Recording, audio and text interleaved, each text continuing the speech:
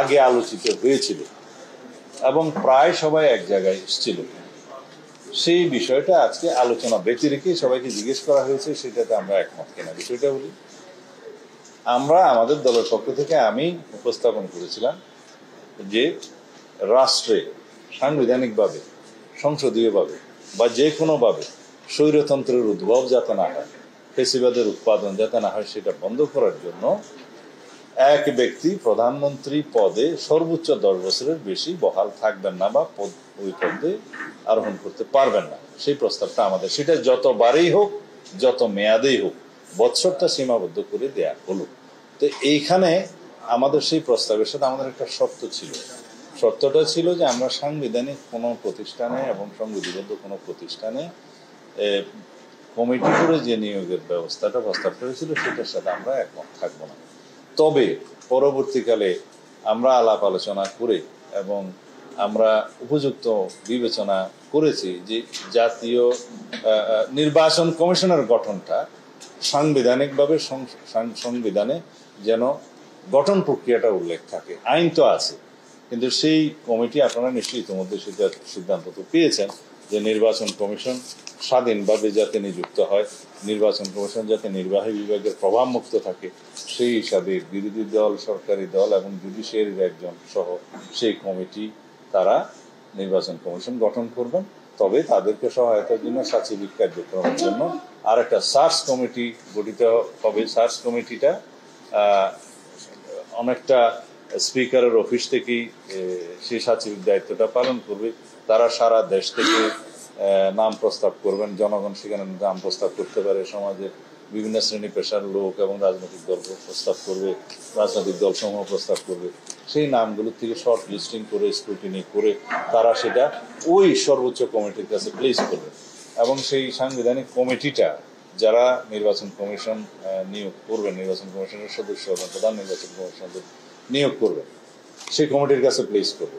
কিন্তু সেই কমিটিও নিজস্ব বিবেচনায় এই শর্ট লিস্টিং এর বাইরেও তারা নিজস্ব বিবেচনায় তাদের নাম প্রস্তাব করতে পারবেন, অন্যান্য নাম প্রস্তাব করতে পারবেন। সেইটা আমরা গ্রহণ করেছি। আমাদের সেই কন্ডিশন থেকে আমরা সরে এসে নির্বাচন কমিশন গঠন প্রক্রিয়ার সাথে একমত হয়েছে। আপনারা ইতিমধ্যে সেটা জানেন।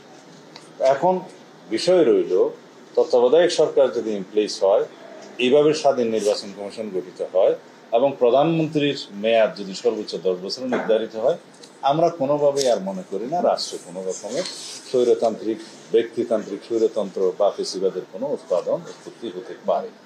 সেই দৃষ্টিতে আমরা আজকে যখন কমিশন প্রস্তাব করলো যে আপনারা কি এখনো সেই প্রস্তাব আছেন, আমরা হ্যাঁ আমরা আছি, সেটা আমাদেরই প্রস্তাব। তো সেইটাও আজকে হয়তো আপনাদেরকে জানাতে পারে যে ঐকমত্য কমিশন, যে প্রধানমন্ত্রীর মেয়াদ যতবারই হোক, যত মেয়াদেই হোক, সর্বোচ্চ 10 বছরের বেশি কোনো ব্যক্তি প্রধানমন্ত্রীর পদে থাকতে পারবে না। এটা একটা অগ্রগতি। আর এরপরে আর একটা বিষয় আছে নারী আসন নিয়ে, সেটা এখন আলোচনা চলছে।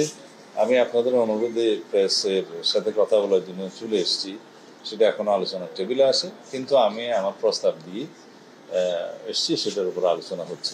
প্রস্তাবটা হচ্ছে আমাদের দলীয় বিবেচনায়, যেটা আমরা আমাদের প্রস্তাবটা দিয়েছিলাম কমিশনের কাছে, আপনারা সবাই জানেন, সেটা বিদ্যমান 50 আসন যেটা সংরক্ষিত মহিলা আসন আছে, নারী আসন, তা বৃদ্ধি করে 100-তে উন্নীত করা, কিন্তু নির্বাচন প্রক্রিয়া আগের মতোই আসনের অনুপাতে হওয়া, সেটা ছিল আমাদের প্রস্তাব।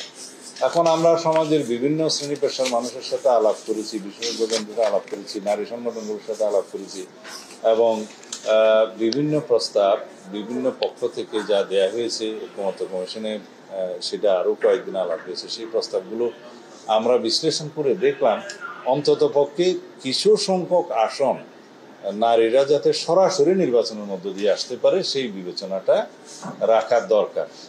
তো সেই জন্য আমরা আজকে প্রস্তাব করেছি, যেহেতু নারী সমাজ এখনো সেই পর্যায়ে আমার বাংলাদেশে উন্নীত হয় নাই যেখানে সবগুলো আসনে সরাসরি নির্বাচন করে প্রতিদ্বন্দ্বিতা করার মতো, এবং সমাজের একটা পর্যায়ে গিয়ে সেই অগ্রগতি হলে তখন সেটা আবার বিবেচনা করা হবে, যখন আমরা এখন রিভাইজ বিবেচনা করছি। যেমন তাতে আমরা প্রস্তাব করেছি এই আগামী জাতীয় সংসদ, মানে আসন্ন জাতীয় সংসদ নির্বাচন, যেহেতু তার আগে সংবিধান সংশোধিত হচ্ছে না, এই নির্বাচনের জন্য একটা জেন্টলম্যান এগ্রিমেন্ট হিসেবে সবার ঐক্যমতের ভিত্তিতে আমরা ওই 300 আসনের যেটা সরাসরি নির্বাচনের জন্য আছে সেই জায়গায় যদিও নারী পুরুষ সবার জন্য উন্মুক্ত, সেখানে আমরা একটা বিধান মৌখিকভাবে এগ্রিড হয়ে আনতে চাচ্ছি যে এইবার যেই দল 300 আসনে মনোনয়ন দেবে তারা কমপক্ষে 5% সরাসরি মহিলাদেরকে মনোনয়ন দেবে সরাসরি আসনে প্রতিদ্বন্দ্বিতা করার জন্য।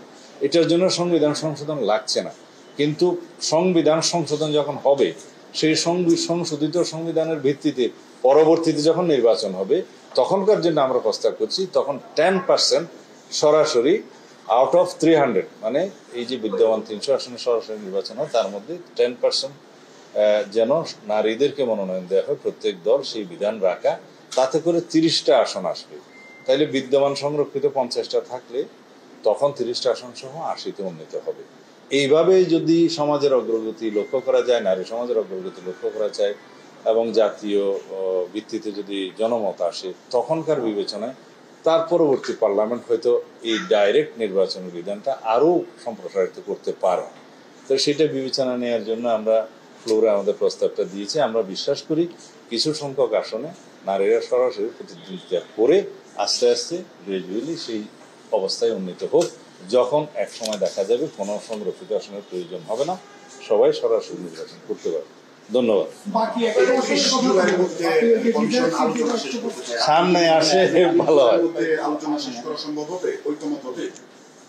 31 তারিখের আগেই তো হতে পারে, যে স্পিডে আমরা আশা করছিলাম সেই স্পিডে যদি যায় তাহলে 31 তারিখের আগেই হতে পারে।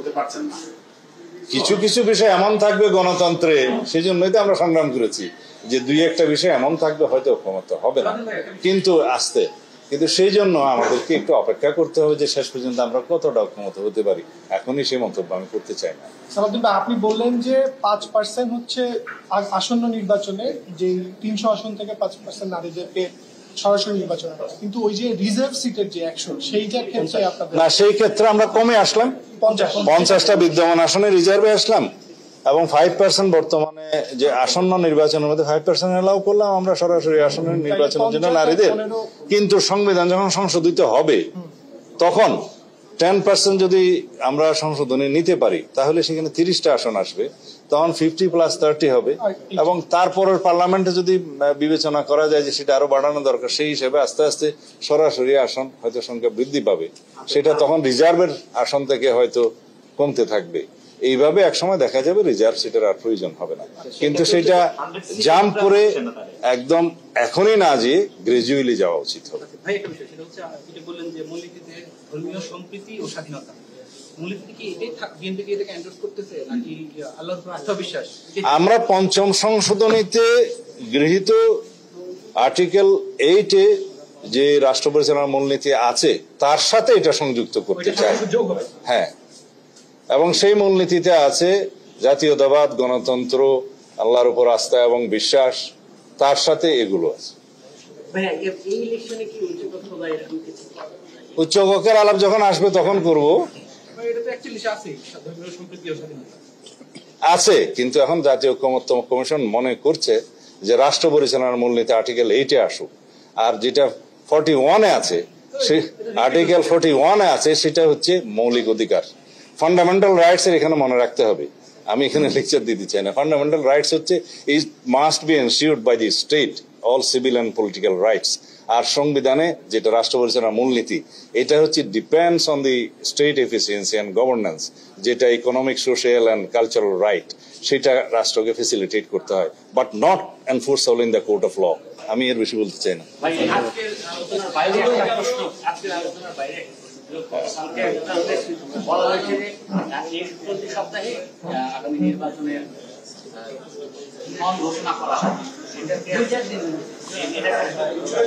এটা জাতীয় ঐকমত্য কমিশনের বাইরের প্রশ্ন, তারপরে আমি প্রশ্নটা নিলাম। আমি সবসময় আমরা দলের পক্ষ থেকে মাননীয় প্রধান উপদেষ্টার প্রতি আহ্বান জানিয়েছিলাম যে লন্ডন বৈঠকের পর যে প্রতিশ্রুত এবং সম্মত দিন, তারিখ, মাস, যে ফেব্রুয়ারির প্রথমার্ধের পয়লা সপ্তাহে, রমজানের আগের সপ্তাহে নির্বাচন, জাতীয় সংসদ নির্বাচন অনুষ্ঠানের জন্য সম্মত হয়েছেন এবং সেই বিষয়ে একটা যৌথ প্রেস ব্রিফিং করেছেন। সেটা যথাযথ প্রক্রিয়ায় নির্বাচন কমিশনকে সেটা জানানো উচিত প্রধান উপদেষ্টার। অথবা তার অফিস থেকে, সেটা যতক্ষণ পর্যন্ত নির্বাচন কমিশন না পাবে ততক্ষণ পর্যন্ত আমরা নিজেরা যাই আলোচনা করি, অথবা মাননীয় প্রধান উপদেষ্টা আইন শৃঙ্খলা বাহিনীর সাথে আলোচনা করুক বা রাজনৈতিক দলের সাথে আলোচনা করুক, সেটা নির্বাচন কমিশনের জন্য ধর্তব্য হবে না। নির্বাচন কমিশন তখনই সেটা নির্দেশনা অথবা অনুরোধ হিসেবে মেনে নেবে যখন অফিসিয়ালি সেই কমিউনিকেশনটা, সেই মেসেজটা, যে আগামী ফেব্রুয়ারির প্রথম সপ্তাহের মধ্যে অথবা 10 দিনের মধ্যে নির্বাচন অনুষ্ঠানের জন্য মাননীয় প্রধান উপদেষ্টা একটা অনুরোধপত্র পাঠিয়েছেন অথবা নির্দেশনা পাঠিয়েছেন। নির্দেশনা এখানে হবে না, যেহেতু স্বাধীন নির্বাচন কমিশন, এখানে অনুরোধপত্র পাঠাবে। তো সেটার জন্য আমরা অপেক্ষা করছি। সেটা হয়তো আগামী কয়েকদিনের ভিতরে দিতে পারে বলে কয়েকজন রাজনীতিবিদ হয়তো গতকালকে বলেছেন, কিন্তু সেটা হচ্ছে প্রেসের সাথে রাজনীতিবিদদের কথা। কিন্তু এটা এফেক্টিভ হবে যখন মাননীয় প্রধান উপদেষ্টা অফিসিয়ালি এটা ভাষণ দিয়ে জাতিকে জানাবেন এবং সেটা নির্বাচন কমিশনকে কমিউনিকেট করবেন। ধন্যবাদ।